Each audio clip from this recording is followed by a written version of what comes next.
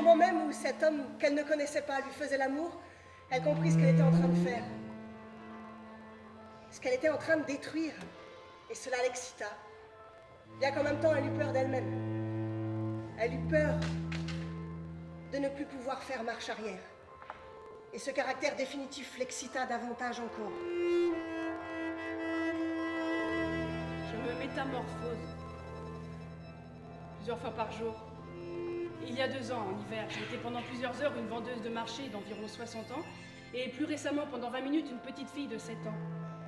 En règle générale, quand je me réveille le matin, je suis une femme d'1,78 m environ aux cheveux châtains.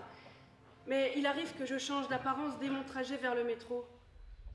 Et alors ta combinaison se déchire et tu... Exactement. Non seulement il fait froid, mais en plus ta combinaison se déchire. Ça veut dire qu'en moins d'1 seconde, tu es transformé en glace. Et qu'ensuite tu exploses.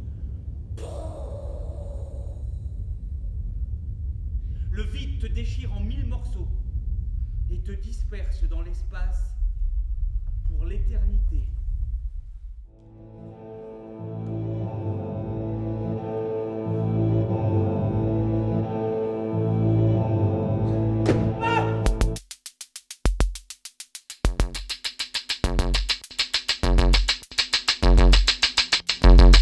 Soudain, elle était à côté de moi au bar et elle a dit Toi, il me semble t'avoir déjà vu quelque part. Je l'avais jamais remarqué auparavant.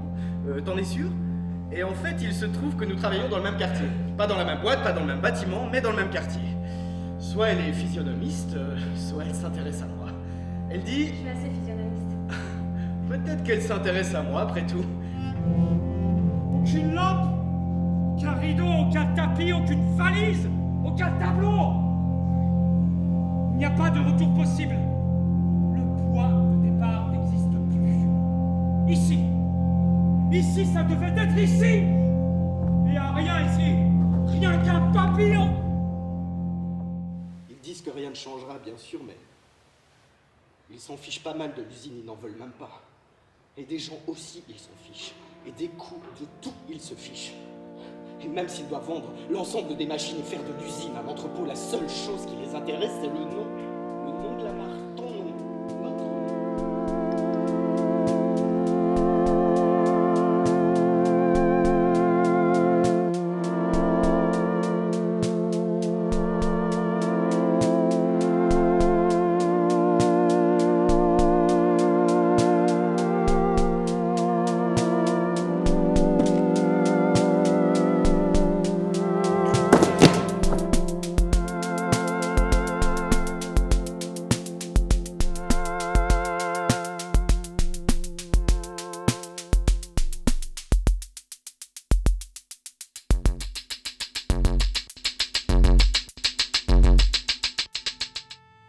Tu veux que je te dise pourquoi je n'ai pas pris de taxi pour rentrer? Parce que tu crevais littéralement de jalousie. Parce que tu avais la trouille que je puisse commencer quelque chose avec le juriste Argentin. Mais tu n'y crois pas toi-même à cette histoire. Mais mon Dieu, c'est vraiment rien d'autre que le cliché d'un cliché. Oui, mais ce cliché a une queue. Les engueulades aussi, je connaissais. On s'engueulait suffisamment pour ça la nuit et je connaissais ces brusques accès de colère entre 2 gueules de bois et le voilà qui gueulait à nouveau, le dos à la porte. Je ne permettrai pas que tu t'en ailles. Un coup de gueule brave, cinglant, qui m'a rappelé la façon dont gueulait mon professeur de mathématiques en 5e.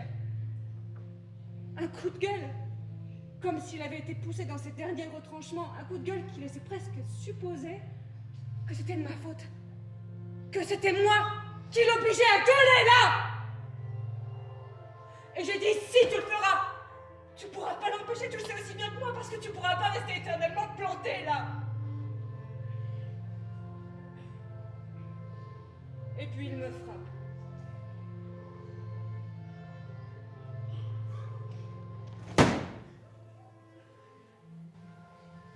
C'est la première et la dernière fois de ma vie qu'un homme me frappe. Il me frappe au visage, fort, mes genoux tremblent. Je tombe par terre et j'atterris à côté de la table basse devant le canapé. Et à ce moment-là, à ce moment précis, je pense soudain au chemisier à fleurs de ma grand-tante assise avec moi dans le jardin. alors que ma mère venait de disparaître à l'intérieur pour aller téléphoner.